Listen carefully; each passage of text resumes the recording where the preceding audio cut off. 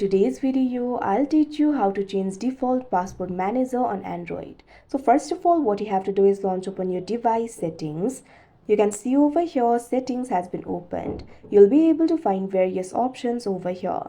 Now what you have to do is find the option for passwords and account. Once you find it, tap on it. Now after you do that, you can see over here you'll be led to the passwords and accounts interface.